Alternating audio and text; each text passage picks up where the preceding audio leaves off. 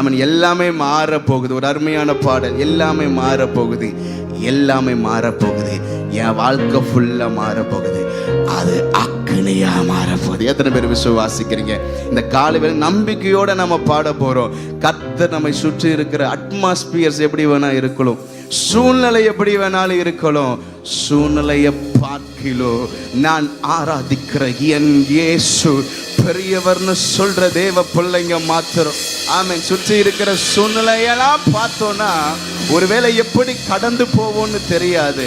ஆனா அவைகளை பார்க்கிலும் பெரியவராய் இருக்கிற ஏசப்பாவை நோக்கி பார்த்தோன்னு சொன்னா இதையெல்லாம் சாதாரணமா கடந்து போகிற பலனை அவர் நமக்கு கொடுக்கிறதற்கு போதுமான தேவனாய் இருக்கிறார். எல்லாமே மாற போகுது, என் எல்லாமே மாற போகுது, என் வாழ்க்கை ஃபுல்லா மாற போகுது, செபிச்சதெல்லாம் நடக்க போகுது, எல்லாமே மாற போகுது. சொல்லுமா, எல்லாமே மாற போகுது, வாழ்க்கை ஃபுல்லா மாற போகுது, நான் செபிச்சதெல்லாம் நடக்க போகுது, மாற போகுது, எல்லாமே மாற போகுது, இயேசுவின் வல்லமையால் சொல்லுவோம் மாற போகுது எல்லாமே. இயேசுவின் அறிக்கை செஞ்சு சொல்லுவோம் மாற போகுது எல்லாமே. இயேசுவின் வல்லமையால் சொல்லுவோம் மாற போகுது, இயேசுவின் வல்லமையால் நெருக்கமெல்லாம் மாற போகுது, விசாலமாய் மாற போகுது, என் நெருக்கமெல்லாம் மாற போகுது, அது விசாலமாய் மாற போகுது. சொல்லுமா, நெருக்கமெல்லாம் மாற போகுது, அது விசாலமாய். ஒரு முழு நம்பிக்கையோட சொல்லுங்களேன், நெருக்கமெல்லாம் மாற போகுது, அது விசாலமாய் மாற போகுது, மாற போகுது, எல்லாமே மாற போகுது, இயேசுவின் வல்லமையால். ஆமென். மாற போகுது, இயேசுவின் வல்லமையால் எல்லாமே மாற போகுது, என் எல்லாமே மாற போகுது, என் வாழ்க்கை ஃபுல்லா மாற போகுது, நான் செபிச்சதெல்லாம் நடக்க போகுது. சொல்லுவோம் எல்லாமே. ஆமென். எல்லாமே என் வாழ்க்கை ஃபுல்லா செபிச்சதெல்லாம் மாற போகுது எல்லாமே. இயேசுவின் வல்லமையா சொல்லுவோம் மாற போகுது எல்லாமே. இயேசுவின் வல்லமையா. ஜெப நேரம் அதிகமாகுது, என் துதி நேரம் அதிகமாகுது, அக்கினியா மாற போகுது, வாழ்க்கை வல்லமையா மாற போகுது. ஜெப நேரம் அதிகமாகுது, என் துதி நேரம் அதிகமாகுது, அக்கினியா மாற போகுது, வாழ்க்கை வல்லமையா மாற போகுது. மாற போகுது, எல்லாமே மாற போகுது, இயேசுவின் வல்லமையா. நல்ல உணர்ந்து சொல்லுவோமா? ஆமென்.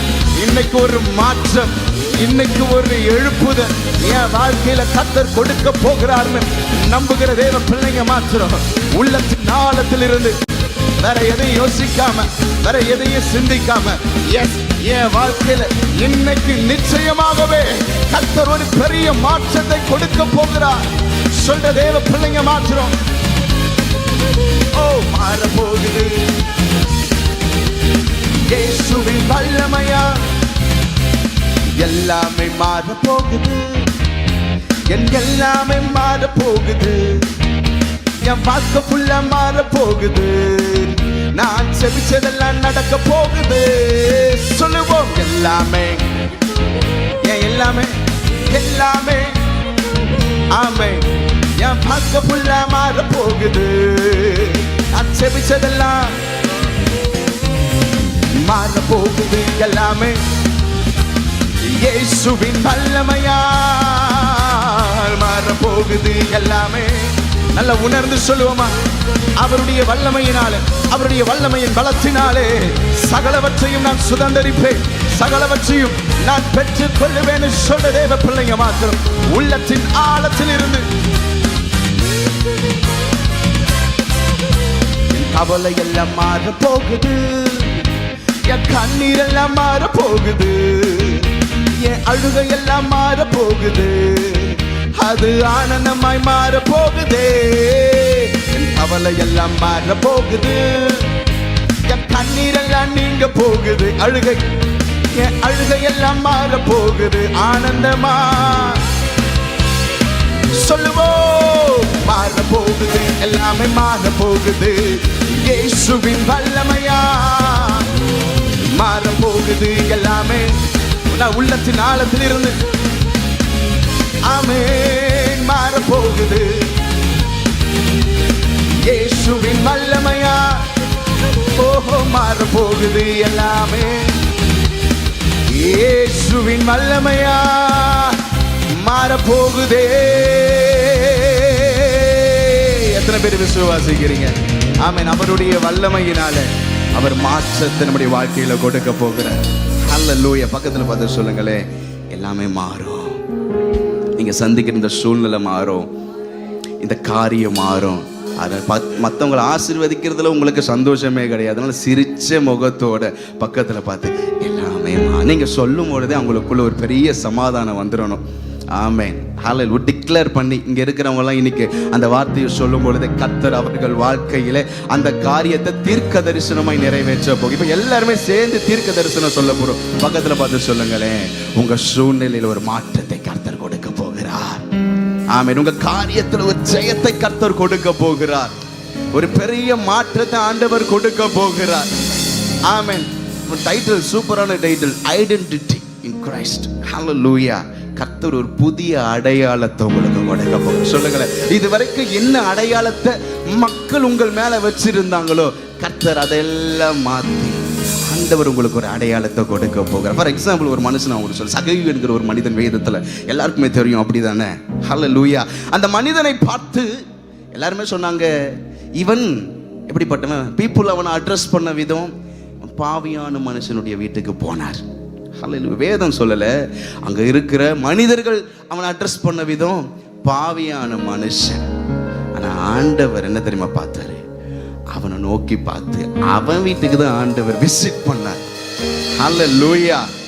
அவன்கிட்ட இருக்கிற ஒரே ஒரு கிரியை ஆண்டவர் எப்படியாவது பார்த்துடணும்னு சொல்லி, அது முட்கள் நிறைந்த மரமா இருந்தாலோ என் இயேசுவை நான் பார்க்கணும்னு சொல்லி ஆர்வமா ஏறி நின்று அவரை நோக்கி பார்த்து அந்த வாஞ்சையை பார்த்து ஆண்டவர் அவன் வீட்டுக்கு அன்னைக்கு சென்றார். ஹல்லேலூயா. இன்னைக்கு இந்த ஆராதனையில் எத்தனையோ தேசங்கள் இருந்து பலர் இதில் இணைந்து இருக்கிற இந்த காலை வேளையில் நீங்க வந்திருக்கிறீங்க.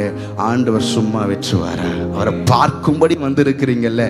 கர்த்தர் இன்னைக்கு உங்க வீட்டுக்குள்ள வரப்போகிறார். கர்த்தர் இன்னைக்கு உங்கள் அடையாளத்தை மாற்ற போகிறார்.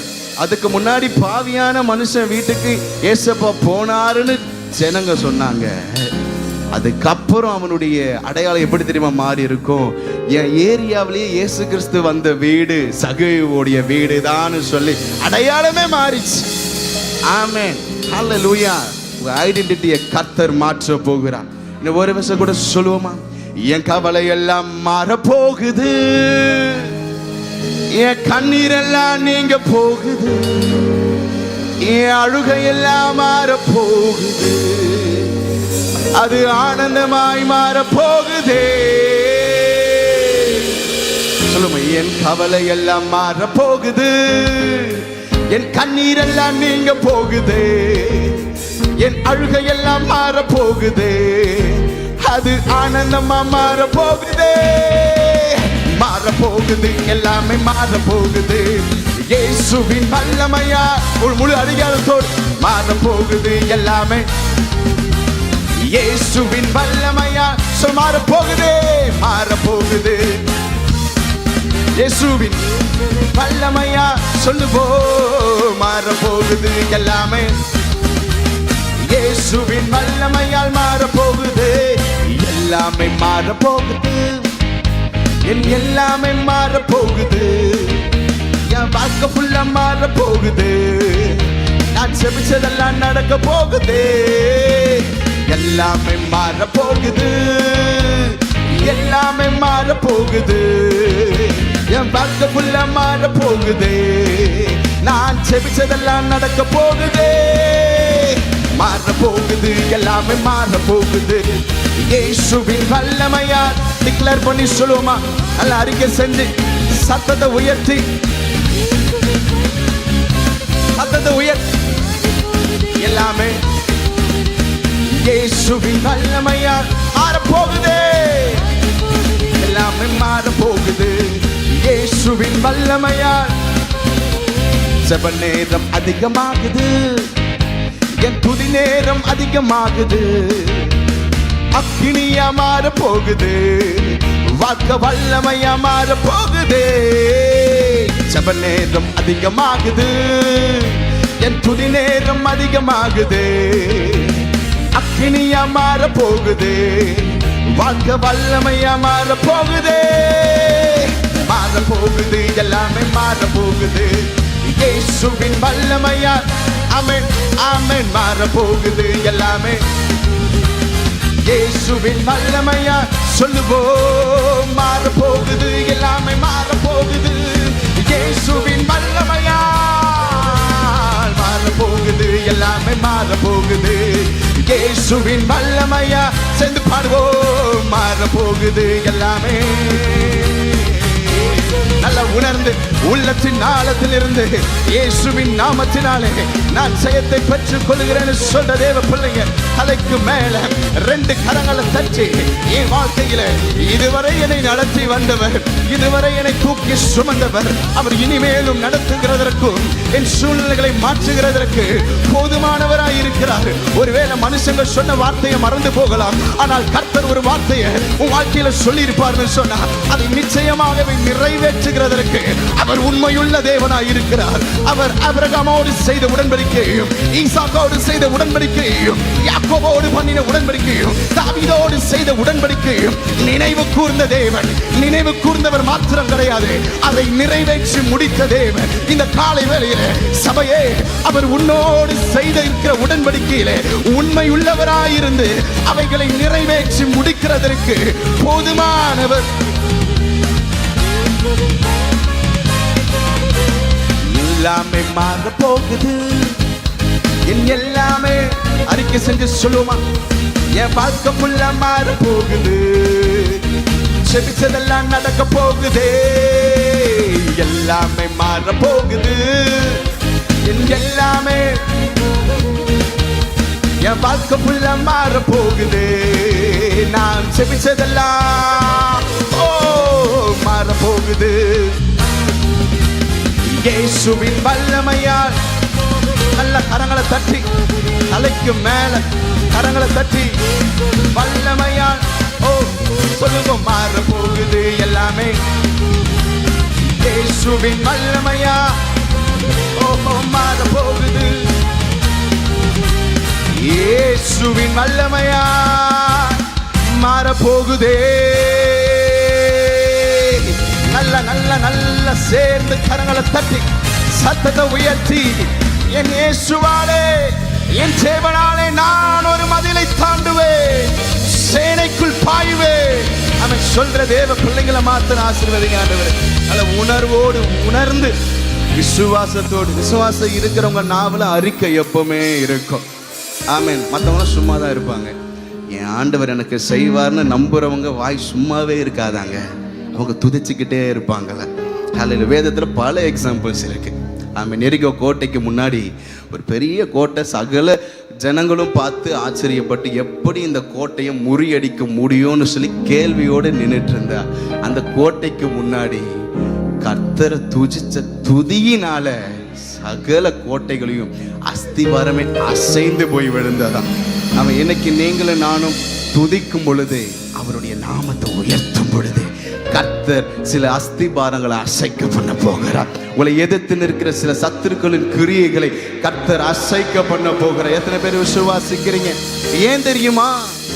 இந்த 40 நாள் நம்ம நினைவு கூறுகிறது, நம்முடைய ஆண்டவராகிய இயேசு கிறிஸ்து நமக்காக ரத்தம் சிந்தப்பட வேண்டும் என்று சொல்லி 40 நாள் ஹல்லேலூயா. அவர் நமக்காக ஜீவனை கொடுத்தார்.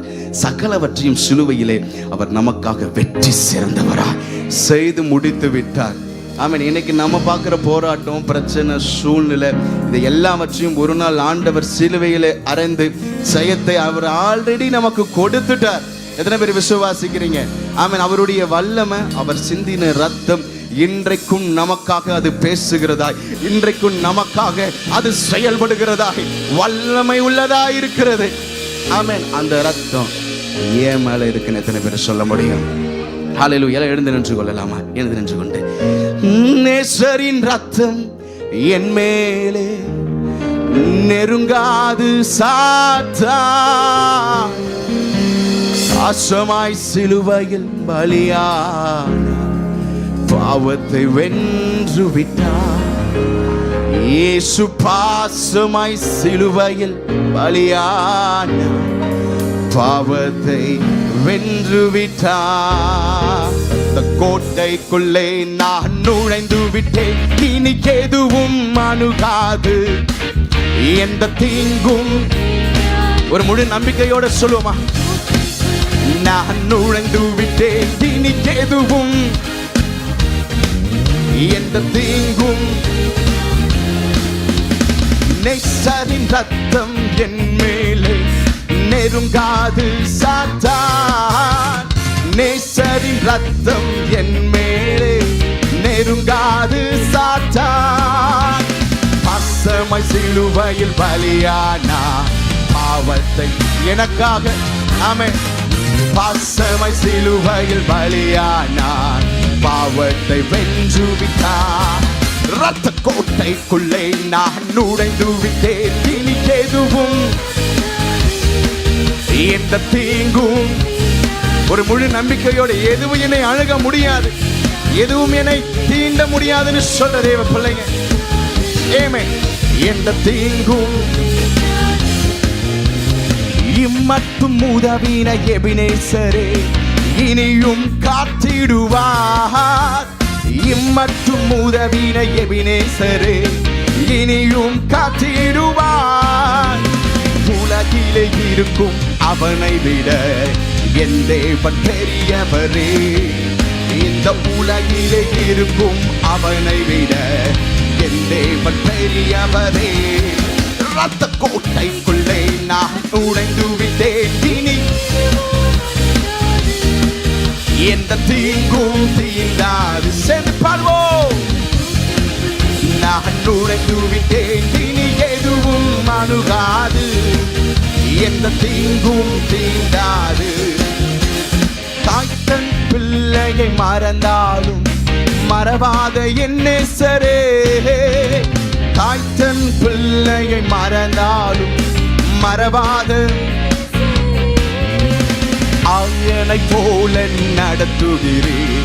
அபிஷேகம் இந்த காலை வேளையில ஒரு புதிய அபிஷேகம் எங்களை நிரப்பட்டன்னு சொல்லி வாஞ்சிக்கிற தேவ பிள்ளைங்க சொல்லும். ஆயனை போல, ஆயனை போல நடத்துகிறேன், அபிஷேகம் செய்கின்றேன். ஆயனை போல நடத்துகிறேன், அபிஷேகம் செய்கின்றேன். ரத்த கோட்டைக்குள்ளே நான் நுழைந்து விட்டேன், எந்த தீங்கும் தீண்டாது. ரத்த கோட்டைக்குள்ளே நான் நுழைந்து விட்டேன், இனி எதுவும் எந்த தீங்கும் தீண்டாது. மலைகள் குன்றுகள் விலகினாலும் மாறாதுவும் கிருபை, மலைகள் குன்றுகள் விலகினாலும் மாறாது. அநாதி சிநேகத்தால் இழுத்துக்கொண்டே அனைத்து சேர்த்துக்கொண்டே, என்னை அநாதி சிநேகத்தால் இழுத்துக்கொண்டே அனைத்து சேர்த்துக்கொண்டே. ரத்த கோட்டைக்குள்ளே நான் நுழைந்து விட்டேன், இனி எதுவும் எந்த நன்றி நிறைந்த இருதயத்தில் ஆமென் நிறைந்து பாடுவோமா? நன்றியோடு எஸ் ஜீசஸ் முழு நம்பிக்கையோடு டிக்ளேர் பண்ணி. ரத்த கோட்டைக்குள்ளே நான் நுழைந்து விட்டேன், இனி எதுவும் தீங்கும் தீண்டாது. ஹல்லேலூயா. நல்ல தலைக்கு மேல 2 கரங்களை தட்டி அவர் எனக்கு ஒரு புதிய வாய்ப்பை, புதிய வாழ்க்கையை ஆண்டவர் எனக்கு கொடுத்திருக்கிறார். எத்தனை பேர் சொல்ல முடியும்? ஒவ்வொரு முறையும் தடிக்கு விடும்போதெல்லாம் தூக்கி விடும்படிக்கு நீட்டப்படுகிற ஒரே கரம், அது என் இயேசு கிறிஸ்துவின் கரம். எத்தனை பேர் சொல்ல முடியும்? ஒவ்வொரு முறையும் நான் பலவீனப்படும் பொழுதெல்லாம், நான் அவமானப்படும் பொழுதெல்லாம், நான் சோர்ந்து நிற்கும் போதெல்லாம் எனக்காக வந்து செயல்படுகிற ஒரு கரம், அது என் இயேசு கிறிஸ்துவின் கரம். ஆமென். எனக்கு எத்தனை பேர் அவருடைய பாதத்துல கண்ணீரோட வந்திருக்கிறீங்கன்னு தெரியாது, எத்தனை பேர் கேள்வியோட வந்திருக்கிறீங்கன்னு தெரியாது. நிச்சயமாகவே முடிவு உண்டு. உன் நம்பிக்கை வீண் போகாது என்று சொன்னவர், நான் உன்னை விட்டு விலகுவதும் இல்லை, உன்னை கைவிடுவதும் இல்லை என்று சொன்ன ஒரு தெய்வம் உங்களுக்காக பரிந்து பேசும்படியாக, உங்களுக்காக வழக்காடும்படியாக, உங்களுக்காக செயலாற்றும்படியாக இந்த காலை வேளையிலேயே அவர் உங்களுக்காக இறங்கி வந்திருக்கிற தேவனாய் இருக்கிறார். அப்படியே நன்றி, உமக்கு நன்றி, முழு மனதுடன் சொல்கிறோம். நன்றி, உமக்கு நன்றி, மன நிறைவுடன் சொல்கிறோம். நன்றி, உமக்கு நன்றி, முழு மனதுடன் சொல்கிறோம். நன்றி, உமக்கு மன நிறைவுடன். புது வாழ்வு தந்தவரே, புது துவக்கம் தந்தவரே, புது வாழ்வு, ஓ புது துவக்கம். நன்றி, உமக்கு நன்றி, முழு மனதுடன் சொல்கிறோம். நன்றி, உமக்கு நன்றி, மன நிறைவுடன் சொல்கிறோம். நன்றி, உள்ள முழுவதுமாய் நன்றியால் நிரம்பட்டுமே. நன்றியோடு எஸ் எஸ் எஸ் ஜீசஸ்.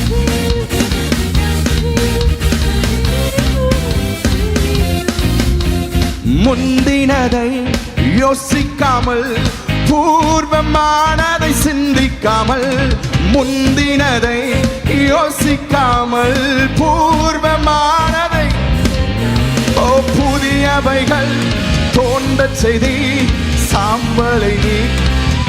ஆமை, புதியவைகள். இன்றைக்கு ஒரு புதிய காரியத்தை எனக்காக செய்கிறவரே, ஓ நன்றி, உமக்கு நன்றி, முழு மனதுடன் சொல்கிறோம். நன்றி, உமக்கு நன்றி, மன நிறைவுடன் சொல்கிறோம். நன்றி, உமக்கு நன்றி சொல்கிறோம். நன்றி, உமக்கு நன்றி, மன நிறைவுடன். பிள்ளைகளை மறவாமல் ஆண்டு முழுவதும் போஷித்தீரே. பிள்ளைகளை மறவாமல் குறைவுகளை கிறிஸ்துவுக்குள் மகிமையில் நிறைவாக்கி நடத்தினீரே. குறைவுகளை கிறிஸ்துவுக்குள் மகிமையில் நிறைவாக்கி நடத்தினீரே.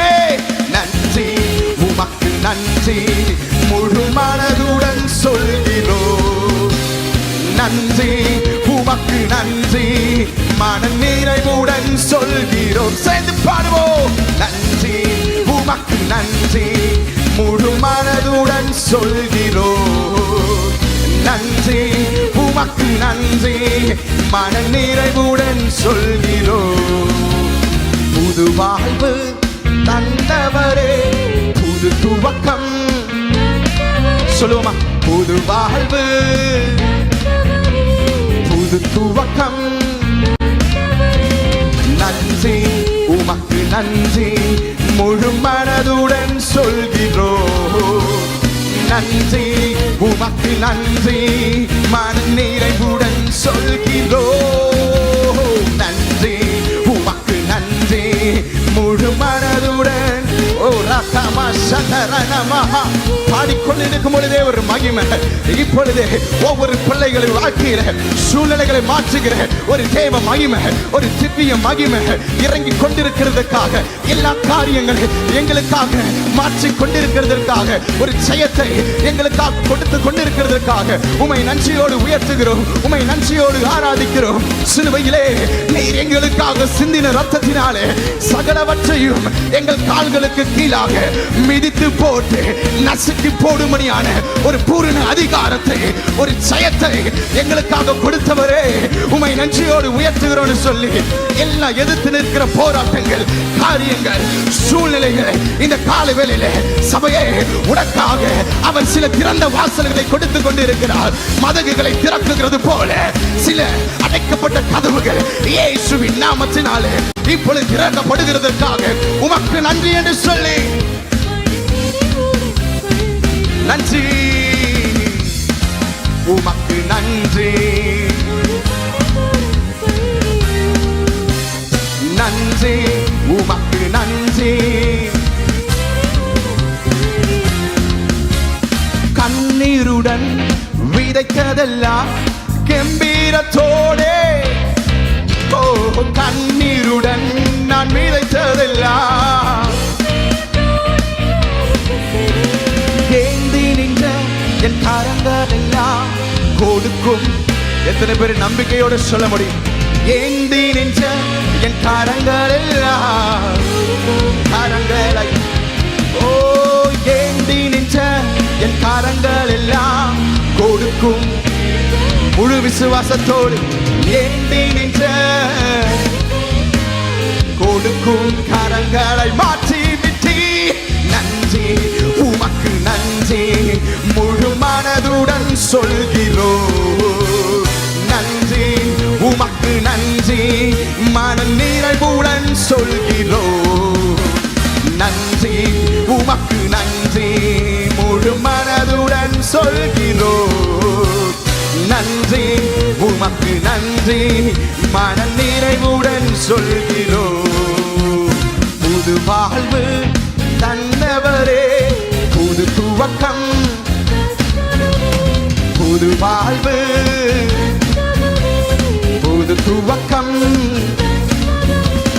நன்றி, உமக்கு முழு மனதுடன் சொல்கிறோம்.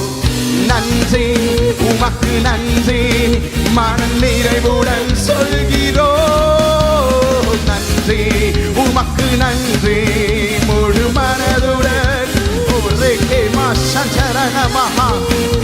இயேசுவின் நாமத்தினாலே, இயேசுவின் நாமத்தினாலே சில அடைக்கப்பட்டிருக்கிற கர்ப்பங்கள் இப்பொழுது திறக்கப்படுகிறதற்காக ஹல்லேலூயா, உமக்கு நன்றி ஆண்டவரே. இயேசுவின் நாமத்தினாலே சில மரணத்துக்கு ஏதுவான வியாதியின் கொடூரங்கள் இப்பொழுது மாறிக்கொண்டிருக்கிறதற்காக ஒரு உன்னத ஜெயம், ஒரு உன்னத பலன் ஒவ்வொரு சரீரங்களுக்குள்ளாக இந்த காலை வேளையிலே ஆளுகை செய்து கொண்டிருக்கிறதற்காக உம்மை நன்றியோடு உயர்த்துகிறோம், உம்மை நன்றியோடு ஆராதிக்கிறோம். நன்றி, உமக்கு முழு மனதுடன் சொல்கிறோம். மன நிறைவுடன் சொல்கிறோம். நல்ல கரங்களை தட்டி, கரங்களை தட்டி, எனக்காக யாவையும் செய்து முடிப்பவரே உம்மை நன்றியோடு உயர்த்துகிறேன். அன்றைக்கு சமாரிய ஸ்திரீயை பார்த்து சுத்தி இருக்கிற ஜனெல்லாம் அவளை அடையாளப்படுத்தின விதமே வேற, எல்லாருக்குமே தெரியும். ஆனா என்றைக்கு இயேசு கிறிஸ்து அவளை சந்திக்கும்படியாய் போனாரோ அன்றைக்கு அவள் வாழ்க்கை ஊழியக்காரியாய் மாறினது. ஆமென். கர்த்தர் சந்திப்பார் என்று சொன்னார்.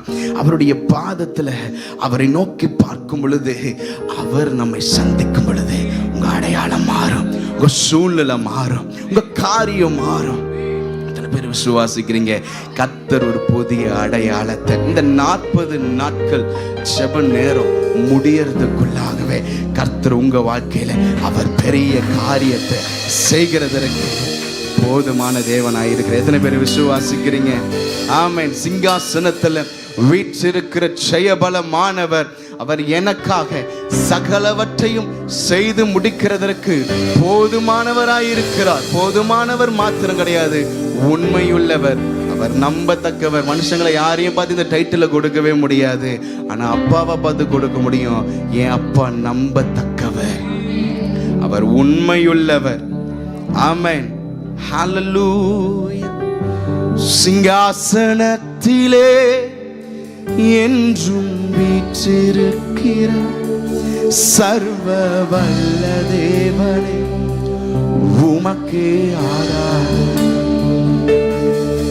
சிங்காசனத்திலே என்றும் வீற்றிருக்கிறார் சர்வ வல்ல தேவனே, உமக்கே ஆராதனை.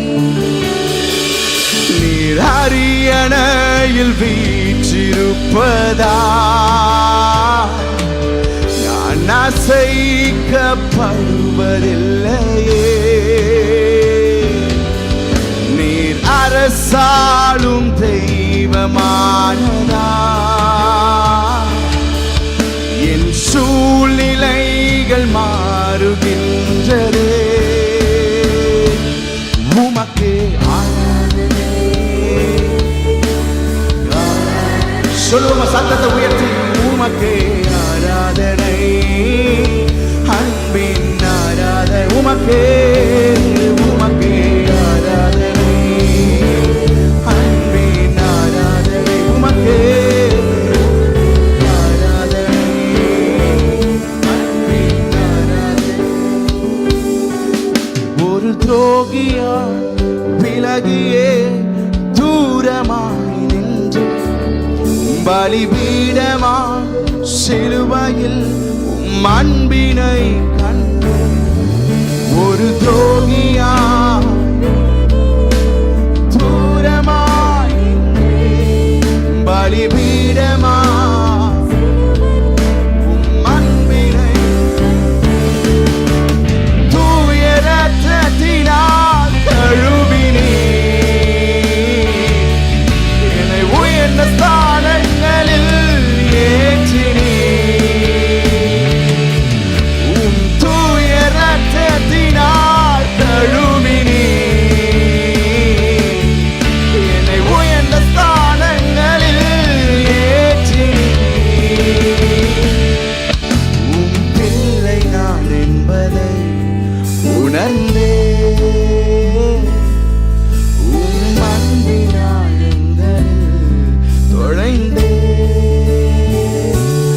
உமக்கே ஆராதனை, அன்பின் ஆராதனை.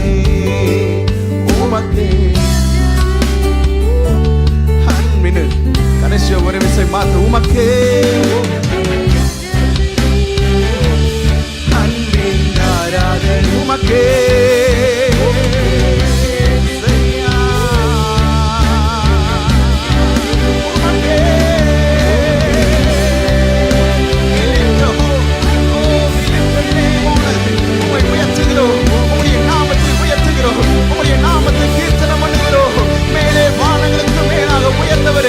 சர்வ பூமியையும் ஆளுகை செய்பவரே, சிங்காசனத்தில் வீற்றிருக்கிற சர்வ வல்ல தெய்வமே, உம்மையை உயர்த்துகிறோம். அன்பின் ஆராதனை, உமக்கே ஆராதனை.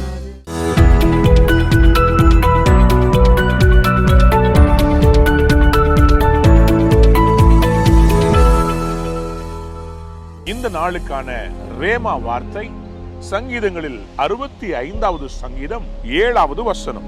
சமுத்திரங்களின் மும்முரத்தையும் அவைகளுடைய அலைகளின் இரைச்சலையும் ஜனங்களின் அமளியையும் அமர்த்துகிறேன்.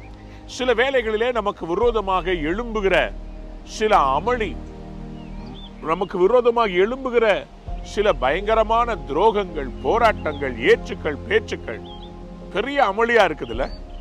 ஆனா வேதம் சொல்லுகிறது, நம்முடைய தேவன் என்ன பண்ணுவாராம், சமுத்திரத்தினுடைய அலைகளின் மும்முரத்தையும் இரைச்சலையும் அவர் அமர்த்துகிற தேவனாக இருக்கிறார். எனக்கு அன்பான தேவனுடைய பிள்ளைகளே, இதை அமர்த்துவதனாலே நமக்கு என்ன லாபம்னு கேட்கிறீங்களா? உங்களுடைய ஜெபம் கேட்கப்படும். நான் இந்த மைக்கை வைத்து பேசுகிறதுனால இந்த இரைச்சலுடைய சத்தத்துல என்னுடைய சத்தம் தெளிவாக கேட்கிறது. நம் ஆண்டவருடைய பிரசன்னத்துக்கு வரும்போது ஆண்டவர் என்ன செய்வார்னா, இந்த இறைச்சலை எல்லாம் மியூட் பண்ணிட்டு உங்களுடைய ஜெபத்தை அவர் கேட்கிறவராக இருக்கிறார். 5ஆம் வசனம் சொல்லுகிறது, பூமியின் கடையாந்திரங்களிலும் தூரமான சமுத்திரங்களிலும் உள்ளவர்கள் எல்லாரும் நம்பும் நம்பிக்கையா இருக்கிற எங்கள் ரட்சிப்பின் தேவனே, நீர் பயங்கரமான காரியங்களை செய்கிறதுனால் எங்களுக்கு நீதி உள்ள உத்தரவு அருளுகிறேன். அவர் நீதி உள்ள உத்தரவு உங்களுக்கு தரும்படி இன்றைக்கு சமுத்திரத்தின் அலைகளை அடக்க போகிறார். உங்களுக்கு விரோதமாய் போராடுகிற வீசுகிற அந்த காற்றை, கொந்தளிக்கிற அந்த கடலின் சீற்றத்தை, அந்த போராட்டத்தை ஆண்டவர் அமர்த்தி போகிறார். உங்களுடைய ஜெபங்களுக்கு ஆண்டவர் நீதியுள்ள உத்தரவு தரப்போகிறார். அநேக நாட்களாய் நீங்கள் ஆண்டவரிடத்தில் கேட்கிறீங்க, ஆண்டவரே எனக்கு நீதி செய்யுங்கப்பா, ஆண்டவரே எனக்கு அற்புதம் இல்லை, எனக்கு நீதி. இவ்வளவு நாள் காத்திருந்த உங்களுக்கு சாதாரணமான பிள்ளையை கொடுப்பார் நினைக்கிறீங்களா? மலடி மலடி என்று உங்களை கூப்பிட்ட எல்லாருக்கும் முன்பாக கர்த்தர் உங்களுக்கு நீதி செய்து இரட்டை குழந்தைகளை உங்களுக்கு தருவார். அது நீதியாய் இருக்க போகிறது. உங்களுக்கு விரோதமான எல்லா ஏற்று பேச்சுக்களை கர்த்தர் அமர்த்தி உங்களுக்காக வைராக்கியம் பாராட்ட போகிறார். நீதியுள்ள ஒரு உத்தரவை உங்கள் ஜெபத்துக்கு தரப்போகிறார். இந்த நாளிலே உங்களுடைய வாழ்க்கையில என்ன துக்கம் இருந்தாலும் சரி, அவரை நோக்கி பாருங்கள். அவர் கடலின் கொந்தளிப்பை அமர்த்துகிறவர். உங்களுடைய வாழ்க்கையில் வீசுகிற அந்த புயலையும் அந்த கொந்தளிக்கிற அந்த சூழ்நிலைகளையும் அவர் அடக்க மாட்டாரா? நிச்சயமா அடக்குவார். இந்த நாளில் உங்களுக்கு ஒரு சமாதானத்தை கட்டளையிட போகிறார். உங்கள் ஜெபத்தை கேட்டு உங்களுக்கு அற்புதம் செய்ய போகிறார். நீதி உள்ள உத்தரவு வரப்போகிறது. நீதி செய்ய போகிறார். நீங்கள் ஆச்சரியப்படத்தக்க விதமாய் கர்த்தருடைய நீதி ஒரு பெரிய பதிலாக உங்களுக்கு நன்மையாக வரப்போகிறது. நீங்க நினைக்கிறதுக்கு எதிர்பார்க்கிறதுக்கு அதிகமாய் வரும். இந்த நாள் உங்கள் வாழ்க்கையின் திருப்பு முனையின் நாள். கர்த்தர் உங்களை அளவில்லாமல் ஆசீர்வதிப்பாராக. கொந்தளிப்பை அவர் அமர்த்துகிறார். உங்கள் வாழ்க்கையில் ஆசீர்வாதத்தை கட்டளையிடுகிறார். God bless you. Have a wonderful day.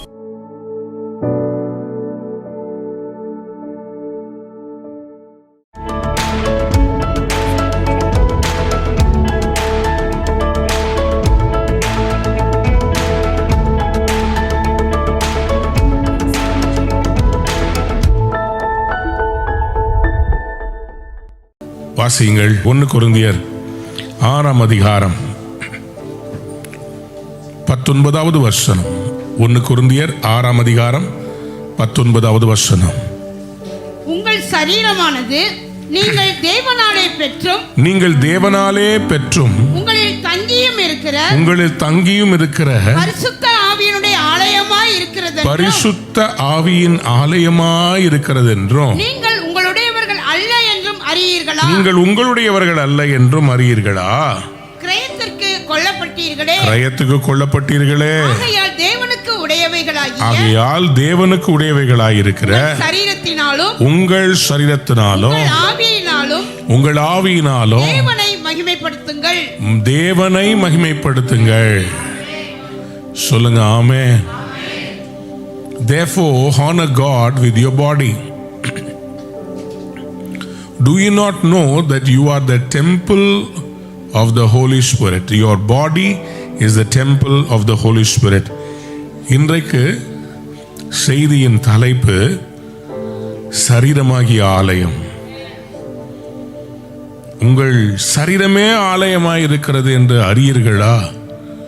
Do you not know that your body is a temple? இந்த faith journeyல நம்ம ஒரு நபர் தேவனுடைய ஆலயத்துக்கு வர்றோம், தேவனிடத்தில் ஜெபிக்கிறோம், தேவன் அற்புதம் செய்கிறார். இந்த நிலையிலிருந்து நானே தேவ ஆலயம், நான் என்னுடைய சரீரமே ஆலயமா இருக்கிறது, இந்த ஆலயம் பரிசுத்தமா இருக்கணும், இந்த ஆலயம் தேவனுக்கு பிரியமானது. எத்தனை பேர் ஆமென் சொல்ல விரும்புறேன்? அல்லேலூயா. ஆலயம் என்பது ஆண்டவருக்கு பிரியமானது.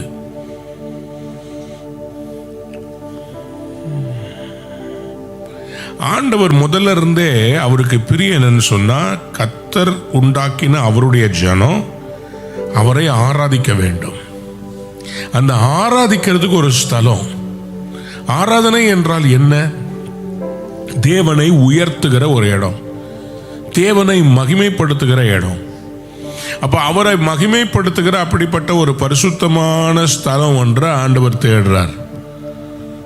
முதல்ல ஆராதனை என்பது ஒரு பலிபீடமாய் இருக்கிறது. எழுதி கொள்ளுங்க, இட் வாஸ் an altar. பலிபீடமாய் இருக்கிறது. நோவா ஒரு பலிபீடத்தை கட்டினார். ஆபிரகாம் ஒரு பலிபீடத்தை கட்டினார். பலிபீடத்திலிருந்து அடுத்தது புரோகிரஷன், ஆசரிப்பு கூடாரம். ஆசரிப்பு கூடாரத்திலிருந்து அடுத்தது சாலமோன் கட்டின தேவாலயம். ஆண்டவராகிய இயேசு சொன்னார், இது கையினால் கட்டப்பட்டிருக்கிறது, இதை இடித்து போடப்படும், ஆனா 3 நாட்களுக்குள்ளே நான் அதை திரும்ப எழுப்புவேன். ஆமென். அப்ப எந்த ஆலயத்தை அவர் சொன்னார்? 3 நாள்ல அவர் திரும்பி எடுத்து கட்டுவேன்னு சொன்னது சரீரமாகிய தேவாலயத்தை. சொல்லுங்க ஆமென். ஆமென். ஹல்லேலூயா. ஹalleluya. But he was not mentioning about a temple built by brick and mortar. He was referring to a temple built by God himself. தேவனால் கட்டப்பட்ட கைவேலை அல்லாத தேவனுடைய பராமரிப்பில் இயங்குகிற சரீரமாகிய ஆலயம். சொல்லுங்க ஆமென். ஆமென். 1 ராஜாக்களின் புஸ்தகம் 6ஆம் அதிகாரம் 21, 22 வாசித்து பார்த்தீங்கன்னா, 1 ராஜாக்கள் 6ஆம் அதிகாரம் 21, 22.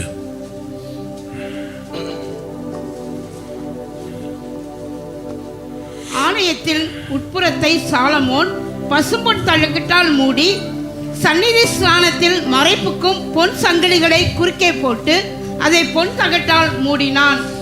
இப்படி ஆலயம் முழுவதும் கட்டி தீரும் மட்டும் அவன் ஆலயம் முழுவதையும் பொன் தகட்டால் மூடி, சந்நிதி ஸ்தானத்திற்கு முன்பாக இருக்கிற பலிபீடத்தை முழுவதும் பொன் தகட்டால் மூடினான். கவனிங்க, ஆலயம் முழுவதுமாக பொன் தகட்டால் மூடினான். அப்போ ஒருத்தவங்க அந்த பழைய ஏற்பாட்டில் சாலமோனுடைய ஆலயத்துக்குள்ள போனா உள்ள பார்க்கறதெல்லாம் எப்படி இருந்திருக்கும்? உள்ள பார்க்கறதெல்லாம் எப்படி இருந்திருக்கும்? ஃபுல்லா கோல்டுல பொன் தகட்டை எடுத்து அதை அடிச்சு ஓவர்லே பண்ணியிருக்கிறாங்க. அப்ப எங்க பார்த்தாலும் ஆலயத்தில் கோல்டு. எதுக்காக அதை சொல்றேன்னா,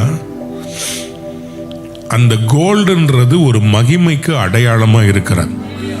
தேவ ஆலயம் தேவ மகிமையால் பெஸ்டா கர்த்தர் மூடி வச்சிருந்திருக்கிறார். Amen. Everything was glorious about God's sanctuary. அம்மாவுடைய பிள்ளைகளே, அவர் எப்போதுமே எப்படிப்பட்டவர்னா, நம்ம எதுக்கு நம்மளை ஆலயமா கர்த்தர் மாத்தினார்னா, நம்ம பிசிக்கலா ஒரு ஆலயத்தை தேடி நம்ம எப்போதுமே ஓடுறது நல்லது. ஆனால் நாமும் தேவனுடைய ஆலயமா இருக்கிறோம் என்பதை புரிந்து கொள்ள வேண்டும். பழைய ஏற்பாட்டில் எல்லாரும் ஆலயத்துக்கு போய் அங்க நின்னாதான், அங்க போய் ஜெபம் பண்ணாதான். 2 சாமுவேல் 22:7 வாசித்து பாருங்க. 2 சாமுவேல் 22:7. எனக்கு உண்டான நெருக்கத்திலே கர்த்தரை நோக்கி கூப்பிட்டு என் தேவனை நோக்கி அபயமிட்டேன். தமது ஆலயத்திலிருந்து என் சத்தத்தை கேட்டார். என் கூப்பிடுதல் அவர் செவிகளில் ஏறிற்று. அண்டர்லைன் பண்ணிக்கோங்க, ஆலயத்திலிருந்து என் சத்தத்தை கேட்டார். So temple is a place where prayers are heard. Temple is the place where prayers are heard. இந்த இடத்துல தான் தேவன் நம்முடைய ஜெபங்களை கேட்கிற இடமாக இருக்கிறது. யாராவது ஒரு ஆமென் சொல்லுங்க. ஆமென். ஹல்லேலூயா. ஹalleluya. ஹல்லேலூயா. ஹalleluya.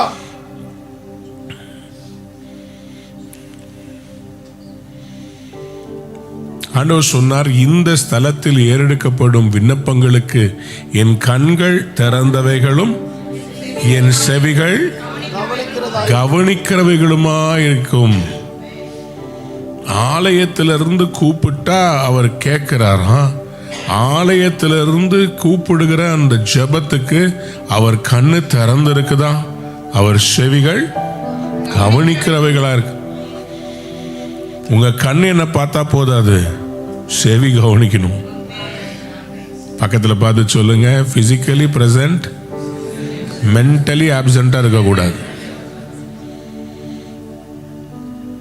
எழுப்புதலுக்காக நீங்க இந்த வசனம்லாம் ஞாபகம் வச்சுக்கிறதுக்கு கூட இருக்கிற இணை வசனங்கள் ஞாபகம் வச்சுக்கணும். 2 நாளாகவும் 7:14 எப்போதும் ஜெபம் பண்ணுவோம் தெரியுமா? என்ன சொல்லுவோம்?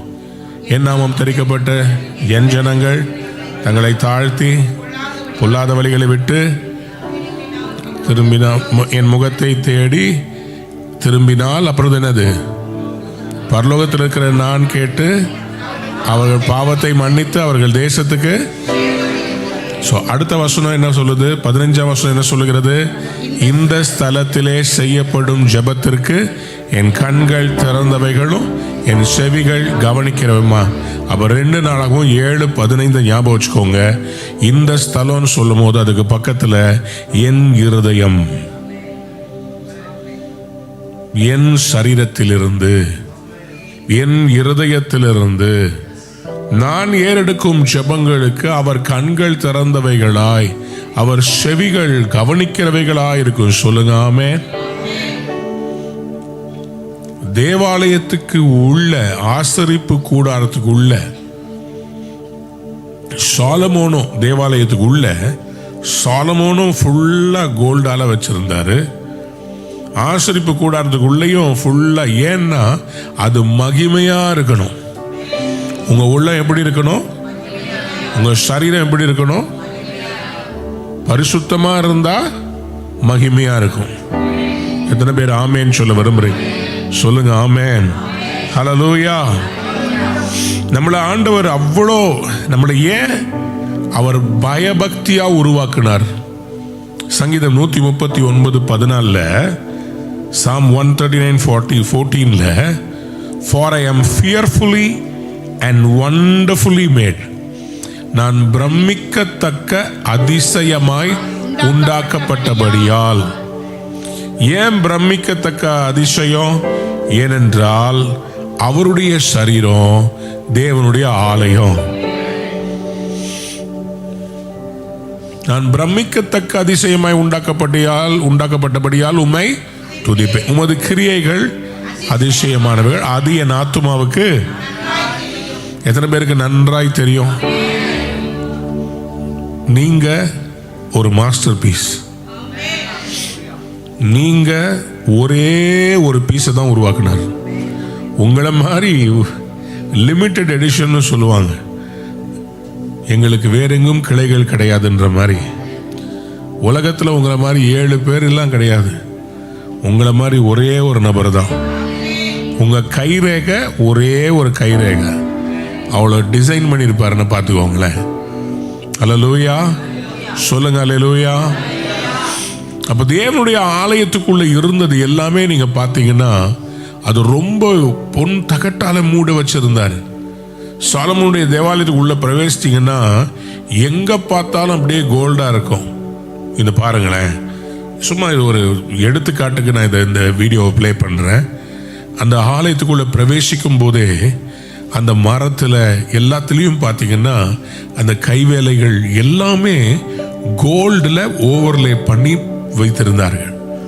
Everything was beaten gold. அந்த ஷீட்ஸ் ஆஃப் கோல்டை அந்த அந்த மரங்கள் மேலே, அந்த சுவர்கள் மேலே எல்லாத்துலேயும் அவங்க பதிய வச்சதெல்லாம் கோல்டு. இப்போ யோசித்து பாருங்க, இப்போ நீங்கள் எவ்வளோ விலையேற பெற்றவங்களா இருப்பீங்க. உங்களுக்குள்ள இருக்கிற தேவனுடைய அந்த வல்லமையின் பிரசனம் எவ்வளோ மகிமையா இருக்கணும்.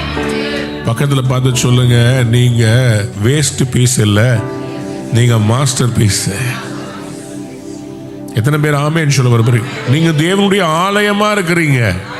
யாரெல்லாம் ஒரு ஆமேன்னு சொல்ல விரும்புறீங்க? அல்லேலூயா. யோவான் 2ஆம் அதிகாரம் 21ஆம் வசனத்தை வாசித்து பாருங்க. யோவான் 2ஆம் அதிகாரம் 21வது வசனம். அவரோ தம்முடைய சரீரமாகிய ஆலயத்தை குறித்து பேசினார். சொல்லுங்க அல்லேலூயா. என்ன பேசினாரு? மேல உள்ள வசனத்தை வாசித்து பாருங்க. எங்க இருந்து அவர் சொல்றாரு? ஆலயத்தை பத்தி அவர் என்ன சொன்னாருங்க? இயேசு அவர்களுக்கு பிரதியுத்தரமாக இந்த ஆலயத்தை இடித்து போடுங்கள், 3 நாளைக்குள்ளே இதை எழுப்புவேன் என்றார். அப்பொழுது யூதர்கள் இந்த ஆலயத்தை கட்ட 46 வருஷம் ஆயிற்று சென்றதே, நீர் இதை 3 நாளைக்குள்ளே எழுப்புவீரோ என்றார்கள். அவரோ தம்முடைய சரீரமாகிய ஆலயத்தை குறித்து பேசினார். யாரெல்லாம் புரிஞ்சிச்சு ஒரு அல்லேலூயா சொல்லுங்க பாபம். அல்லேலூயா. சோ ஆண்டவர் நம்மகிட்ட எதிர்பார்க்கிறது என்னன்னு சொன்னா, நம்முடைய சரீரத்தை அவர் ஆலயமா பார்க்கிறார். நல்லா புரிந்து கொள்ளுங்க. இயேசு கிறிஸ்து மரித்து அடக்கம் பண்ணப்பட்டு உயிரோடு எழும்புகிற வரையிலும் பிசிக்கல் ஆலயம் தேவைப்பட்டது.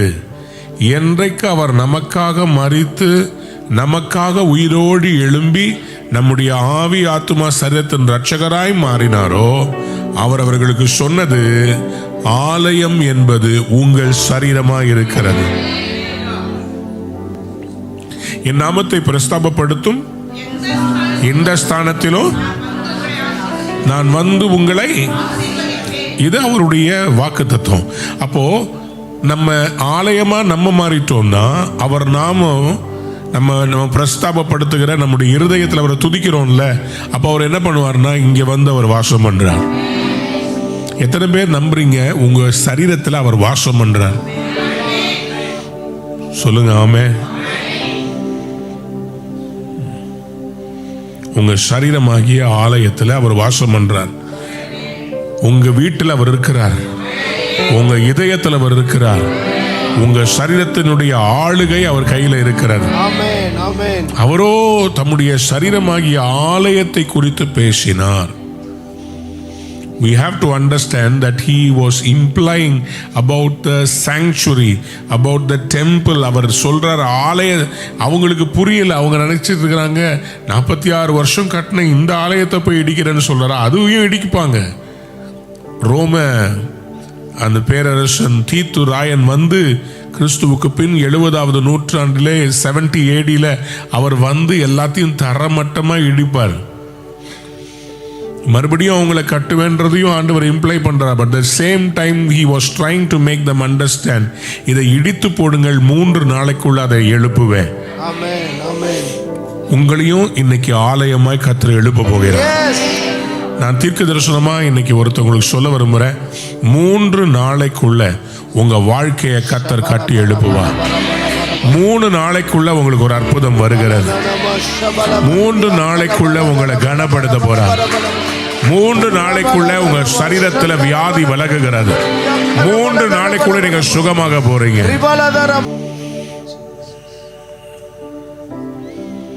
ஒரு சகோதரிக்கு கிட்டத்தட்ட 19 ஆண்டுகளாக குழந்தை இல்லை. அவங்க கணவர் சொல்லிட்டாரு, குழந்தை இல்லாவிட்டால் நான் உன்னை ஏற்றுக்கொள்ள முடியாது என்று சொல்லிவிட்டார். அந்த சூழ்நிலையில நான் ஒரு வீட்டுக்கு போய் ஜெபம் பண்ண போயிருக்கிறேன். பக்கத்து வீட்டில இருந்து இவங்க வந்திருக்கிறாங்க.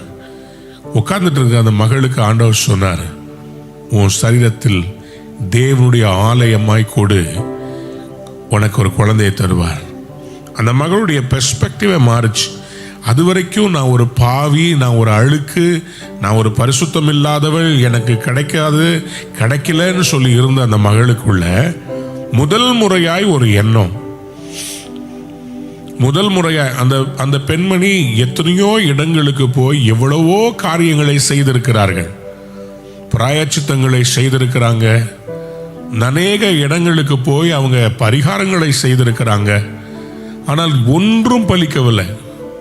ஆனால் அன்றைக்கு ஆண்டவர் சொன்னாரு, உன் சரீரம் தேவனுடைய ஆலயம். இப்போதும் எனக்கு ஞாபகம் இருக்கிறது, உன் சரீரம் தேவனுடைய ஆலயம் என்று சொல்லி கர்த்தர் சொன்னார். அந்த மகளுடைய எண்ணமே மாறிவிட்டது. அதுவரைக்கும் அவங்களுடைய சரீரத்தை இழிவாய் பார்த்த அந்த மகள் அன்றைக்கு இது தேவன் வாசம் பண்ணுகிற ஆலயம், அப்படியானா என் சரீரத்தில் அவர் எப்பொழுதும் அற்புதம் செய்கிறவராகவே இருக்கிறார். அவர் வந்துட்டு போறவர் இல்லை, செஞ்சுக்கிட்டே இருக்கிறவர். அந்த பெர்ஸ்பெக்டிவ் மாறிச்சு பாருங்க. கர்த்தருக்கு ஸ்தோத்திரம். எனக்கு அடுத்த வருஷம் அவங்க சில நாட்களுக்குள்ள கால் பண்ணி சொல்றாங்க, எனக்கு ஒரு கரு உருவாகி இருக்கிறது. 19 வருஷத்துக்கு பிறகு சென்னையில குழந்தையை பெற்றெடுத்து கையில் குழந்தையோடு அவங்க திருப்பி யூகேவுக்கு போனாங்க. யாரெல்லாம் ஒரு ஆமேன் சொல்ல விரும்புறீங்க? உங்க சரீரத்தை ஆலயமா பாருங்க, அப்போ உங்களுக்கு அற்புதம் நடக்கும். தேவனுடைய ஆலயமா இருக்கு. இந்த ஆலயத்துல ஒரு மகிமை இறங்கி வரப்போகிறது. எத்தனை பேர் ஆமேன் சொல்ல விரும்புறீங்க? சொல்லுங்க ஆமேன். நான் நம்புறேன், விசுவாசிக்கிறேன். இன்றைக்கு இந்த காலை வேளையில ஆண்டவர் நம்மகிட்ட எதிர்பார்க்கிற சில காரியங்கள் இருக்கிறது. அந்த எதிர்பார்ப்பின் காரியங்களை நாம் நிறைவேற்ற வேண்டும். 1 கொரிந்தியர் 3ஆம் அதிகாரத்தில் 16, 17.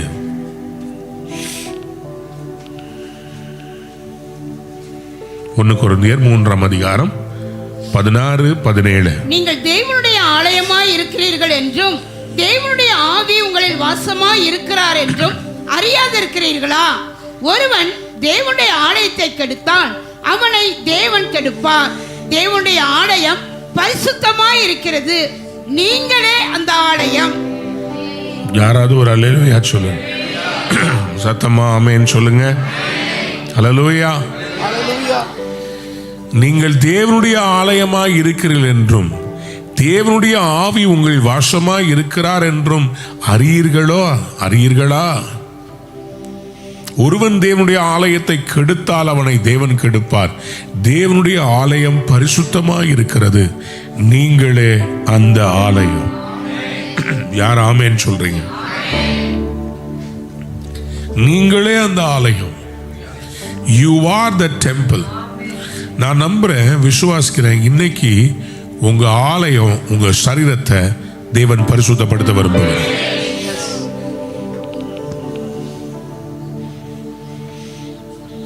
ஆலயத்துக்கு பல பகுதிகள் இருக்குது. Can you put the ark, அந்த மோசையுடைய ஆசரிப்பு கூடாரத்தின் பகுதிகளை எனக்கு காண்பீங்க. நான் இதை காண்பித்து உங்களுக்காக நான் ஜெபிக்க விரும்புகிறேன். ஏன்னா எதை வெளியே நிறுத்தணும், எதை உள்ள கொண்டு போகணும், எந்த இடத்துல தேவன் மகிமைப்படணும். உங்களுடைய சரீரமாகிய ஆலயத்தில் 3 பகுதிகள் இருக்கிறது. சரீரம், ஆத்துமா, ஆவி. இந்த 3 பகுதிகளிலும் நீங்க தேவனை மகிமைப்படுத்தணும்.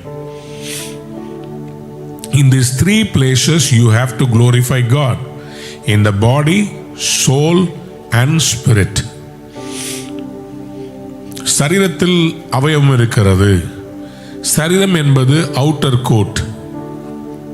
சரீரம் என்பது வெளிப்பிரகாரம். சரீரத்தில் தான் நீங்க துதிகளை ஏறெடுக்கிறீங்க. உடைய வாசல்களில் துதியோடும் உடைய பிரகாரங்களில் புகழ்ச்சியோடும் பிரவேசித்து, சங்கீதம் 100 வாசிக்கிறோம்ல, அது அவுட்டர் கோட். Outer code. அப்போ சரீரம்ன்றது அவுட்டர் கோட். அது நம் ஆண்டவரை ஆராதிக்கிற ஸ்டார்டிங் பிளேஸ். இந்த ஆசரிப்பு கூடாரத்தினுடைய வரைபடத்தை நான் உங்களுக்கு across section of the tabernacle of Moses, இதில் என்னென்ன பகுதிகள் இருக்குதுன்னு நான் உங்களுக்கு காமிக்கிறேன். அதன்படியே கர்த்தர் உங்களுடைய வாழ்க்கையும் அவர் நடத்துவார். Give me also a literal picture which has a cross section. Okay, இதை வச்சுக்கோங்க, இன்னொன்று தேடுங்க, இதை டிஸ்பிளே பண்ணுங்க. பாருங்க, முதல்ல அவுட்டர் கோட்டு, அதுக்கு என்ட்ரன்ஸ், இதுதான் சரீரம். ஸோ ஃபர்ஸ்ட் என்ன செய்யணும், அவுட்டர் கோட்டில் நீங்கள் பார்த்தீங்கன்னா ஒரு பலிபீடம் இருக்கிறது. அந்த பலிபீடத்துக்கு பிறகு ஒரு தொட்டி ஒன்று இருக்கிறது, பரிசுத்தப்படுத்துறது. முதலாவதாக நம்முடைய சரீரம் பரிசுத்தப்படுத்த வேண்டும். நீங்கள் தேவனுடைய ஆலயமா இருக்க, உங்களுடைய தேவனுடைய ஆலயம் எப்படி இருக்குது? பரிசுத்தமா இருக்கணும். தேவனுடைய ஆலயத்தை கெடுக்க கூடாது. அப்ப கெடுக்க கூடாதுன்னா இங்க பாருங்க, அழுக்கு நிச்சயமா அது கெடும். ஆனா என்ன பண்ணும், ஒவ்வொரு முறையும் தேவனுடைய சமூகத்தை நம்ம வரும்போது நம்மை சுத்திகரிக்க வேண்டும். ஆண்டவர் பரிசுத்தமா இருங்கள்னு சொன்னார்னா இதை நல்லா புரிஞ்சுக்கோங்க, it is a present perfect tense. Means எப்போதுமே பரிசுத்தமா இருக்கிறதுக்கு உங்களை சுத்திகரிச்சுக்கிட்டே இருங்க. யாரெல்லாம் ஆமேன்னு சொல்ல வருவேன்? யாருமே நான் பரிசுத்தன் அப்படின்னு சொல்ல முடியாது. எல்லாருமே பாவம் செய்து தேவ மகிமையாற்றுவாங்க. ஆனால் என்ன பண்ணலாம்னா இந்த மாதிரி நம்மளை சுத்திகரிக்கணும். ஸோ அவுட்டர் கோட் நம்முடைய சரீரம் பாருங்க. ஆண்டவர் சொன்னாரு, நானே வழியும் சத்தியமும். இப்போ ஆண்டவர் சொன்ன அந்த வார்த்தையை அப்படியே பாருங்க. இப்போ இந்த யோவான் 14:6. ஓகே, வெரி குட், ரொம்ப சூப்பர் தம்பி. இப்போ பாருங்க, நானே வழி யோவான் 14:6 போட்ட ஃபர்ஸ்ட் அந்த வழி. ஓகே, ரெண்டாவது இந்த சத்தியம்ன்றது நான் அவுட்டர் கோட்டில் இருக்கிற அந்த தொட்டி மட்டும் நான் பார்க்கல, அந்த பரிசுத்த ஸ்தலத்தில் இருக்கிற சமூகத்து அப்பம் பாருங்க. உள்ள என்டர் பண்ண உடனே ரைட் சைடில் சமூகத்து the table of showbread. உங்க ஆத்துமா பலனுள்ளதா இருக்கணும், பரிசுத்தமா இருக்கணும்னா வார்த்தை வேணும். அந்த சமூகத்து அப்பம் எதை குறிக்குதுன்னா உங்கள் ஆத்துமாவில் இருக்க வேண்டிய சத்தியத்தை குறிக்கிறது. எத்தனை பேருக்கு இதை டீப்பா புரிய ஆரம்பிக்குது? சும்மா நீங்க பரிசுத்தமா இருங்கன்னா உங்களுக்கு புரிய மாட்டேங்குது. நீங்க பாருங்க, நல்லா காமிக்கிறேன் பாருங்க. நீங்க யாரு, ஆலயம்னா என்ன, உங்களுடைய சரீரத்தில் என்ன பகுதி பாருங்க. இது வெளியில வந்து த வே, ஐ ஆம் த வே, உங்கள் வழிகாட்டி. நீங்க கண்ணில் பார்க்கலாம், காதை கேட்கலாம், நுகரலாம், உணரலாம். இதெல்லாம் நீங்க வந்து அந்த வழியை அறிந்து கொள்ள தேவன் ஏற்படுத்துகிற அவுட்டர் கோட். அதுக்கப்புறமா த ட்ரூத் எங்க இருக்குதுன்னா அந்த ரெண்டாவது பகுதியா இருக்க பரிசுத்த ஸ்தலத்தில் இருக்கிறது. என்ன ட்ரூத்? ஃபர்ஸ்ட் வார்த்தை தான் ட்ரூத். சொல்லுங்க ஆமேன் சொல்லுங்களேன். யோவான் 8:32 சத்தியத்தை அறிவீர்கள். அப்போ அந்த சத்தியம் எங்க இருக்குது? கர்த்தருடைய வார்த்தை தானே சத்தியம். புரிஞ்சவங்க ஆமேன் சொல்லுங்க. சத்தியத்தை அறிவீர்கள்னா எதை அறிவீர்கள்? வார்த்தையை அறிவீர்கள். வார்த்தை யாரு? இயேசு கிறிஸ்து. அந்த வார்த்தை மாம்சமாகி யோவான் 1 நம்ம வாசிக்கிறோம். ஸோ அந்த வார்த்தை இந்த ஆலயத்தில் இருக்கணும். நான் ஒன்று சொல்றேன், அதை எழுதிக்கோங்க. வார்த்தை இல்லாத ஆலயம் வெறும் பில்டிங். வார்த்தை இருந்தாதான் அது ஆலயமே. வார்த்தை இல்லைன்னா அது ஆலயமே இல்லை. வார்த்தை இருந்தாதான் அது ஆலயம். அதுல டெய்லி அந்த சமூகத்து அப்பங்களை ஆசாரியர்கள் மாற்ற வேண்டும். ஃப்ரெஷ்ஷா அவங்க அப்பங்களை செய்து உள்ள வந்து மாத்திக்கிட்டே இருக்கணும். நாமும் அனுதினமும் கர்த்தருடைய வார்த்தையால் புதுப்பிக்கப்பட வேண்டும். நம்ம ஆலயத்திலையும் அந்த அப்பம் புதுசா டெய்லி, அதுக்காக தான் பாருங்க ஃப்ரெஷ்ஷா வந்து உங்களுக்கு பேக் பண்ணி கொடுக்குறோம். டெய்லி காலைல என்ன நடக்குது? சுட சுட அப்பம் சுட்டு உங்களுக்கு நீங்க நோட்ஸா எழுதி தள்ளுறீங்க பாருங்க. இது எல்லாமே அந்த சத்தியம் தான். உங்க ஆலயத்தை கர்த்தர் நிரப்பிக்கிட்டே இருக்கிறார். ஃப்ரெஷ்ஷா பேக் பண்ணி அவர் பரலோக மன்னாவை தந்துகிட்டு இருக்கிறார். இந்த 40 டேஸ்க்காக எத்தனை பேர் ஆண்டவரை துதிக்கிறீங்க? ஆசீர்வாதமா இருக்குதா இல்லையா? தூரத்துல இருந்து பார்க்குற நீங்க ஒன்றும் சொல்ல மாட்டீங்க. யூடியூப்ல உட்காந்து பார்த்துட்டு இருக்கிறீங்களே, உங்களுக்கு ஆசீர்வாதமா இருந்துச்சுன்னா நீங்களும் எங்களுக்கு ஒரு வார்த்தை சொல்லலாமே. ஆமேன் பாஸ்டர், ஆசீர்வாதமா இருக்குது, இட்ஸ் a blessing. எங்க இருந்து பார்க்குறீங்க எங்களுக்கு சொல்லுங்க. வேர் ஆர் யூ வாட்சிங் us from? Please mention it. அதே மாதிரி இந்த காலை ஒளிபரப்பை மற்றவர்களுக்கும் அறிமுகப்படுத்துங்க. சொல்லுங்க ஆமென். அருமையான ஆராதனை இன்னைக்கு எடுத்தாங்க, ரொம்ப ஆசீர்வாதமா இருந்துச்சு. தேவ பிரசன்னம் இறங்கி வந்தது. ஆலயம் பாருங்க, இப்போ சமூகத்தை அப்பம் அதுக்கு கீழே இருக்கிறது பாருங்க மெனோரா அல்லது அந்த பொன் குத்து விளக்கு. பொன் குத்து விளக்குல வெளிச்சம். எல்லாரும் சொல்லுங்க வெளிச்சம். உங்க ஆத்மாவுக்குள்ள என்ன வேணும்? வெளிச்சம் வேணும். நீங்கள் உலகத்துக்கு வெளிச்சமாயிருக்கிறீர். ஸோ அதுதான் ஆத்துமா. உங்க ஆத்துமாவில் வெளிச்சம் வேணும். You need to have the light of God. உங்கள் இருதயத்தில் இருள் இருக்கக்கூடாது. உங்கள் இருதயத்தில் என்ன இருக்கணும்? வெளிச்சமா இருக்கணும். அவரில் எவ்வளவேனும் இருள் இல்லை. 4ஆம் அதிகாரத்தில் நம்ம வாசிக்கிறோம், அந்த அன்பு அது வெளிச்சமா இருக்குது. ஸோ உங்களுடைய ஆலயமா இருக்கிறீங்கன்னா உங்க ஆலயம் வெளிச்சமா இருக்கணும். ஆமென். ஆலயம் எப்படி இருக்கக்கூடாது? பக்கத்தை பார்த்து சொல்லுங்க, ஆலயம் எப்படி இருக்கக்கூடாது? இதுல இருந்தே உங்களுக்கு டிஃபரன்ஸ் தெரியணும். நான் எங்க சொல்றேன், என்ன சொல்றேன்னு உங்களுக்கு புரியுதா? நான் திருப்பி வேணா ட்ரை பண்ணி பாருங்க. ஆலயமா இருந்தா வெளிச்சமா இருக்கணும். மந்திரம் பண்ற இடத்துல இருட்டா இருக்கலாம், ஆலயம் வெளிச்சமா இருக்கணும். கர்த்தரே அதுக்கு நித்திய வெளிச்சமாக இருப்பார். Lord himself will be an eternal light. அன்பார்ந்தவருடைய பிள்ளைகளே, இந்த லைட் எரியணும்னா ஆசாரியன் டெய்லி அந்த குத்து விளக்கில் எண்ணெய் ஊற்றணும். எண்ணெய் ஊற்றணும். எண்ணெய் ஊற்றணும். எண்ணெய் எண்ணெயை ஊத்துனா அது எரிஞ்சுக்கிட்டே இருக்கும்.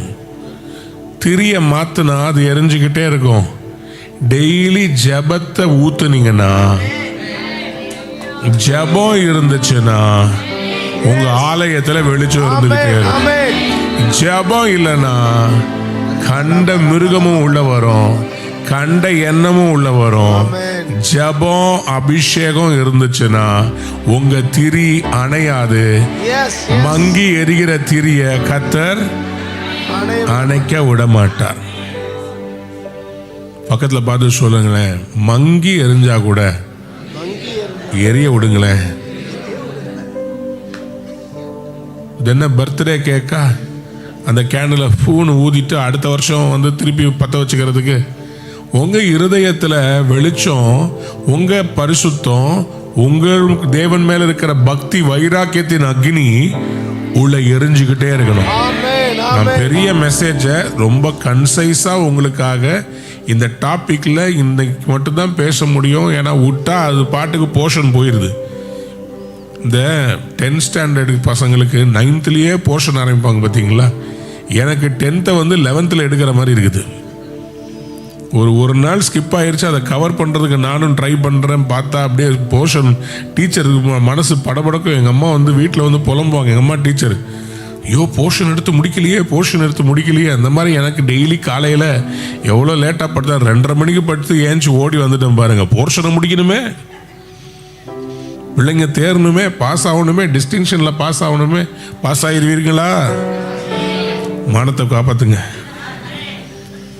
இந்த இடத்த பாருங்களேன், அந்த வெளிச்சம் இருக்கணும். 3வது காரியம், அந்த பரிசுத்த ஸ்தலத்தில் அந்த ஸ்தூப வர்க்கத்தை ஏறெடுக்கிற தூப கலசம், ஆல்டர் ஆஃப் இன்சென்ஸ், தூப பீடம், ஆல்டர் ஆஃப் இன்சென்ஸ். அந்த தூப பீடம், நல்ல கவனிங்க, நீங்கள் கிறிஸ்துவுக்கு நற்கந்தமாய் இருக்கிறீங்க. ஒரு இடம் பரிசுத்தமானதுன்றதற்கு அடையாளம் அங்கிருந்து வருகிற வாசனை. கரெக்டா இல்லையா? கரெக்டா இல்லையா? குப்பையிலிருந்து என்ன வரும்? நாற்றம் வரும். ஆலயத்திலிருந்து என்ன வரணும்? வாசனை. பக்கத்தில் பார்த்து ரொம்ப அன்பா கேளுங்க, என்ன வருது?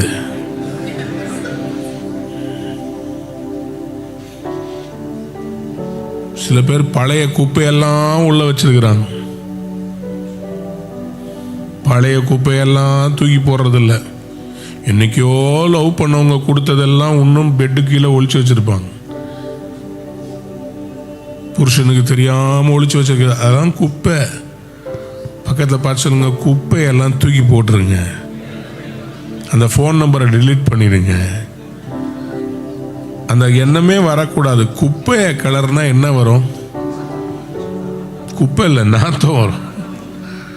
குப்பையை கிளறுனா நாத்தம் வரும். குப்பையை எடுத்து போட்டுறணும். அதுக்கு பதிலாக அந்த இடத்துல வாசனையா. முதல்ல சொன்னேன் வார்த்தை, ரெண்டாவது வெளிச்சத்துக்கு சொன்னேன் ஜெபம், வாசனை ஆராதனை. 3 காரியம் ஆத்துமாவில் இருக்கணும். வார்த்தை, ஜெபம், வெளிச்சமாகிய ஜெபம், ஆராதனையாகிய தூப பீடம். அதுதான் வாசனை. இது 3 இருக்கணும். Worship, word, prayer. இது 3 இருக்கணும். அப்போ இருந்துச்சுன்னா அடுத்தது உங்க ஆவி. அதுதான் பாருங்க, the way, the truth, the life. அந்த லைஃப் வந்து உள்ள இருக்கிற உடன்படிக்கை பெட்டியில இருக்கு. அதுதான் உங்க ஆவி. that is your spirit. the spirit, இந்த ஸ்பிரிட் தான் தேவனுடைய ஆவியோடு உறவாடும். நீங்கள் ஆவிக்குரியவர்கள். யோவான் 4:24 என்னை தொழுது கொள்கிறவர்கள் ஆவியோடும். ஸோ இந்த மகா பரிசுத்த ஸ்தலத்தில் ஆர்டிஃபிஷியல் லைட் கிடையாது. மகா பரிசுத்த ஸ்தலத்தில் நத்திங் இஸ் ஆர்டிஃபிஷியல். உடன்படிக்கை பெட்டி இருக்கும். உடன்படிக்கை பெட்டி மேல தேவனுடைய மகிமையின் வெளிச்சம் இருக்கும். ஷகீனா மகிமை வெளிச்சம். இப்போ ஆண்டவர் உங்களை ஆலயமா பார்க்கிறார்னா இந்த 3 பகுதியும் கர்த்தர் பார்ப்பார். உங்க சரீரத்தை பார்ப்பார், உங்க ஆத்மாவை பார்ப்பார், உங்க ஆவியில அனலா இருக்கிறீங்களான்னு பார்ப்பார். அந்த அனல் நேச்சுரல் அனல் அல்ல. நம்ம லைஃப்ல the way, the truth, the life, லைஃப்ல உங்க ஆவியை அவித்து போடக்கூடாது. ஆவியை அவித்து போடாதிருங்கள். ஆவியிலே அனலாயிருங்கள். பரிசுத்த ஆவியை துக்கப்படுத்தாதிருங்கள். ஸோ உங்க ஆலயத்தில் ஆவியில உங்க லைஃபே அங்கதான் இருக்குது. Your life is not just in your body. Your life is not just in your soul. Your life is in the spirit. நீங்க ஆலயமா இருக்கிறீங்கன்னா, ஸ்பிரிட் மேன் அலைவா இல்லைன்னா உங்க ஆலயம் ஆலயமே இல்லை. நீங்க ஆவியில இல்லைன்னா, ஆவியில தேவனை தேடலைன்னா அவரை கண்டடையவே முடியாது. இவர்கள் தங்கள் உதடுகளினால் என்ன கண்டம் பண்ணுகிறார், அவருடைய இருதயமோ.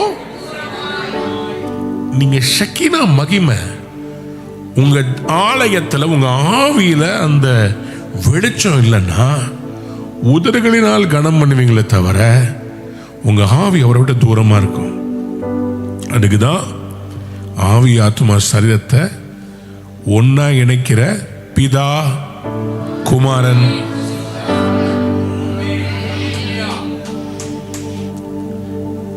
triune nature of man, trinity of God. தயவுசெய்து எனக்கு ஒரு தத்ரூபமான ஒரு tabernacle of Moses அந்த கிராஸ் செக்ஷன் வியூ அப்படியே பாதியா அது கிராஸ் செக்ஷனல் வியூ அப்படியே காமிப்பாங்க. இது வெறும் 2D, அது ரியல் D. ஒரு பிக்சரை காமிங்க, அதை மட்டும் காமிச்சிட்டு நான் ஜெபிக்க விரும்புகிறேன். நீங்கள் புரிந்து கொள்ள வேண்டும், இந்த காலை வேளையில் உங்களை உங்க ஆலயத்தை கர்த்தர் மகிமைப்படுத்த போறார். யாரெல்லாம் ஆமேன்னு சொல்ல விரும்புறீங்க? ஏசாயா தீர்க்க தரிசன புஸ்தகம் 60ஆம் அதிகாரம்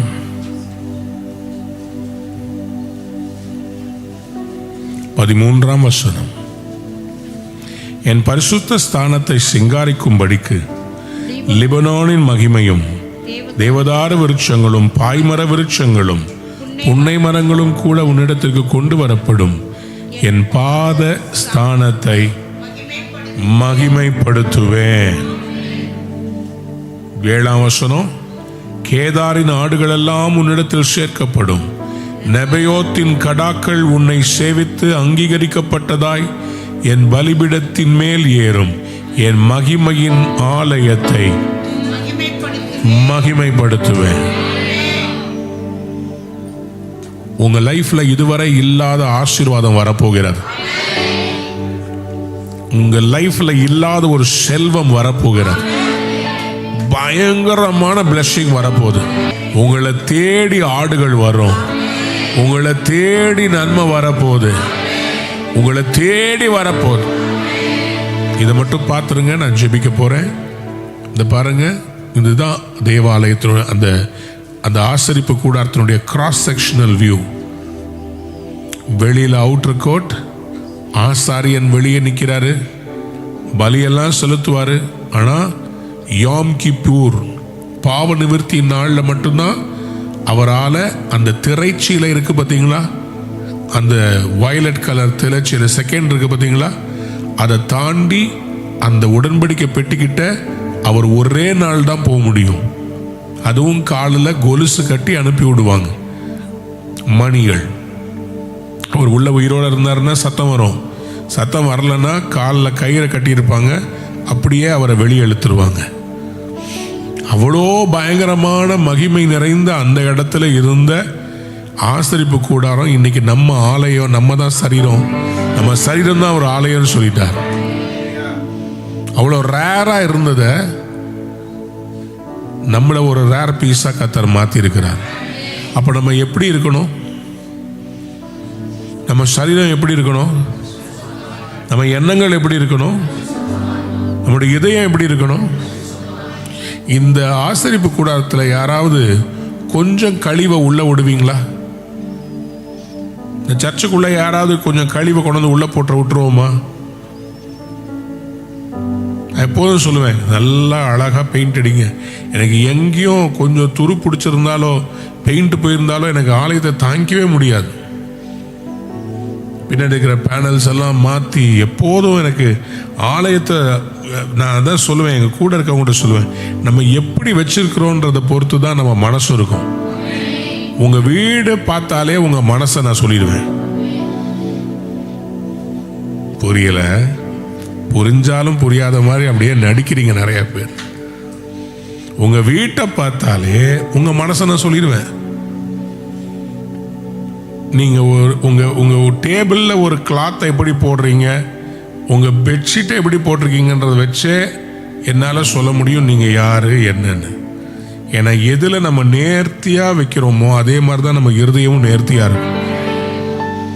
தேவாலயத்தை இன்னைக்கு கிளென்ஸ் பண்ணி தேவன் தங்கும் ஆலயமாக நம்மை ஒப்பு கொடுத்துடலாமா? உங்கள் காணிக்கைகளை எளிதாக செலுத்த www.ruhaministries.org என்கிற எமது இணையதளத்தில் கிவ் என்கிற பக்கத்துக்கு சென்று, நீங்கள் இந்தியாவில் வசிப்பவர்கள் என்றால் எமது வங்கி எண்ணிற்கு ரேசர் பே மூலமாக டொனேட் நவ் பட்டனை கிளிக் செய்து உங்கள் பெயர், முகவரி, காணிக்கை தொகை போன்ற விவரங்களை தெளிவாக பூர்த்தி செய்து எங்களுக்கு அனுப்பலாம்.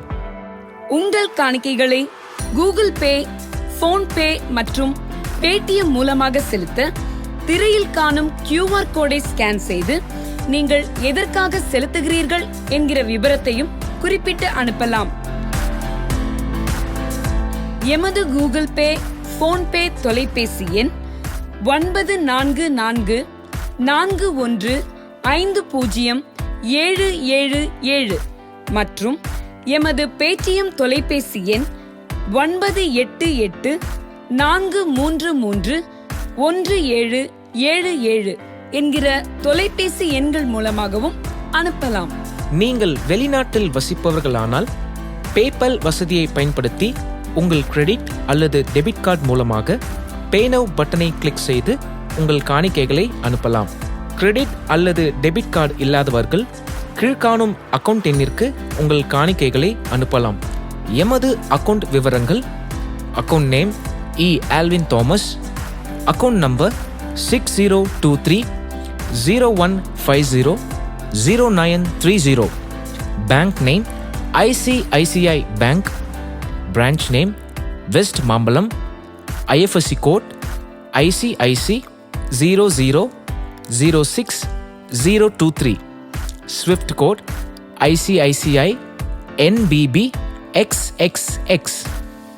அனுதினமும் தேவனுடைய வார்த்தையை சுமந்து திக்கற்றோரை ஆதரித்து ஆராதனை, ஜெபம் மற்றும் பல பரிமாணங்களில் இடைவிடாமல் ஊழியம் செய்கிற இந்த ஊழியத்தை உங்கள் கரங்களால் தாங்குங்கள். தேவ ஆசீர்வாதத்தை பெற்றுக்கொள்ளுங்கள்.